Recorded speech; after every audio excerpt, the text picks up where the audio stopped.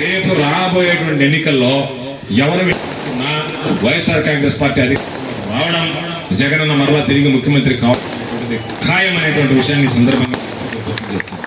ఇటువంటి పరిస్థితుల్లో మీరందరూ కూడా ఈరోజు మురళిని ఇన్ఛార్జిగా ఎంపిక చేశాడు జగన్మోహన్ రెడ్డి గారు. నియోజకవర్గానికి ఇన్ఛార్జ్ పెట్టాడు. నియోజకవర్గ ఇన్ఛార్జిగా ఉంటే దాదాపుగా ఒకటే గుర్తుంచుకోండి, శాసనసభ్యుడిగా కూడా మళ్ళా రేపు ఎన్నికల్లో పోటీ చేసేటువంటి అవకాశం మురళికి వస్తుందనేటువంటి విషయాన్ని గుర్తుంచుకోండి. కాబట్టి మీరు అందరూ ఆలోచన చేయాల్సింది ఏదో మనం మాట్లాడామో వాడొద్దన్నారో మనకు కావాలన్నది కాకుండా రేపు జరిగేటువంటి ఎన్నికల్లో మురళి మీ అందరి ప్రజాప్రతినిధిగా పూర్వంగా భారీ మెజారిటీతో శాసనసభలో అడుగుపెట్టేటువంటి అవకాశం మీరు కల్పించండి అని చెప్పి మనందరినీ నేను కోరుకుంటున్నాను. తప్పనిసరిగా ఈ నియోజకవర్గ అభివృద్ధికి సంబంధించి కానీ ఈ నియోజకవర్గ ప్రజల సంక్షేమం విషయం కానీ అన్ని విధాలా కష్టపడి పనిచేస్తాం. అందరం అందుబాటులో ఉంటాం.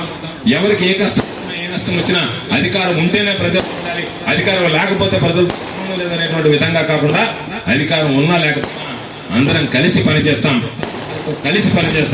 అందరం నాయకులు కార్యకర్తలు అనేటువంటి ఎవరు లేరు. అందరం సాధారణ కార్యకర్తలమే, జగనన్న సైనికులు, జగనన్న అభివృద్ధిని కాంక్షించేటువంటి వాళ్ళమే.